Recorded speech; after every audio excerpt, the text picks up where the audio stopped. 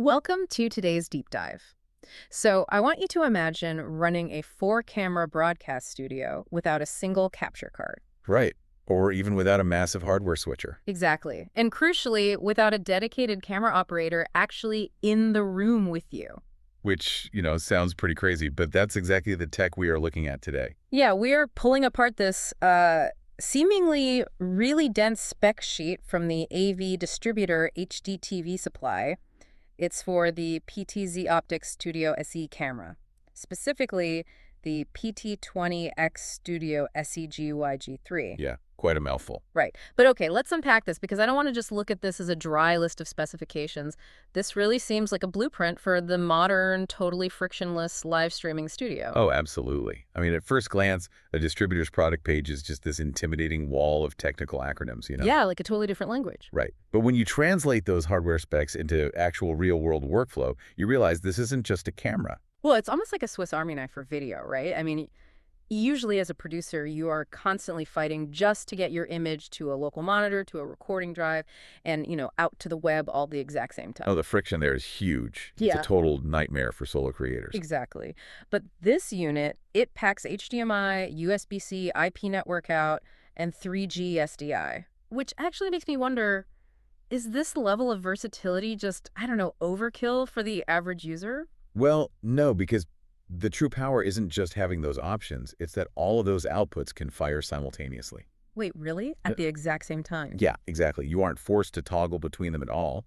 You can use the HDMI for a zero-latency local monitor. Okay. And then simultaneously run the USB-C straight to a laptop where it's instantly recognized as a webcam. Oh, wow. That's incredibly useful. Right. While also using the 3G SDI for a really long physical cable run across a massive studio space. Which is critical because HDMI degrades over short distances, right?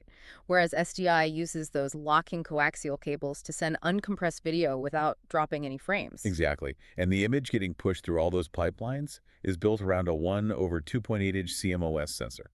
Paired with a huge 20x optical zoom, right? Outputting a 1080p 60. Which is massive for flexibility. But I know some people might see 1080p and instantly ask, well, why not 4K? Oh, sure, the standard 4K obsession. Eh. But for live broadcasting, 1080p at 60 frames per second is actually the absolute sweet spot. Because 4K creates those huge data bottlenecks. Exactly. Pushing 4K live often results in dropped frames and endless buffering for your viewers. A rock-solid 1080p stream at 60 frames per second gives you incredibly fluid professional motion without choking your network. And I'd imagine that physically larger sensor pulls in a ton of ambient light, too. It really does, which is a total lifesaver if you don't have, perfectly controlled Hollywood-level studio lighting. So what does this all mean when we get to the networking side? Because the spec sheet heavily highlights this phrase, native NDI HX3. Right, yeah.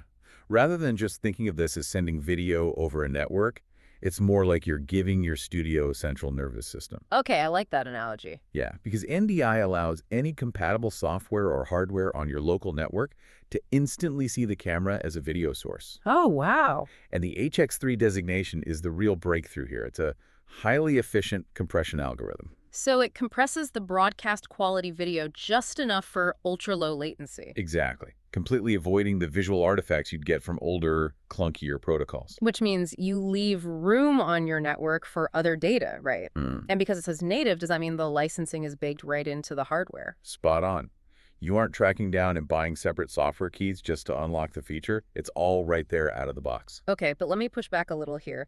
Doesn't adding network streaming and web user interfaces and app controls just mean way more technical headaches for a solo creator? That is a very valid concern. I mean, managing subnets and IP addresses usually introduces a lot of technical overhead for someone who just wants to hit record. Right, nobody wants to act as their own IT department. Exactly. But they counter this with the Hive-Linked feature. It gives you an instant connection to an incredibly easy online platform. Oh, so it bypasses local IP configuration entirely. Yes.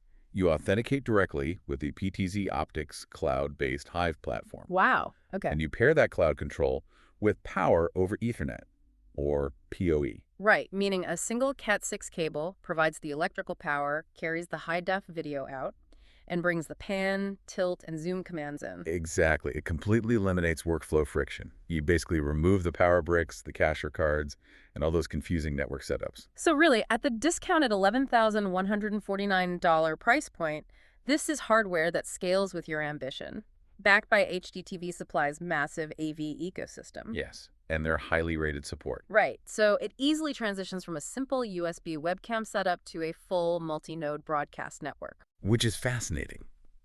And if we connect this to the bigger picture, it leaves you with a really compelling trajectory to consider. Oh, absolutely. If cameras are evolving into fully independent, network-powered nodes controlled entirely via the cloud from literally anywhere on Earth, Yeah. how long until the traditional on-site camera operator becomes a completely obsolete concept in live broadcasting?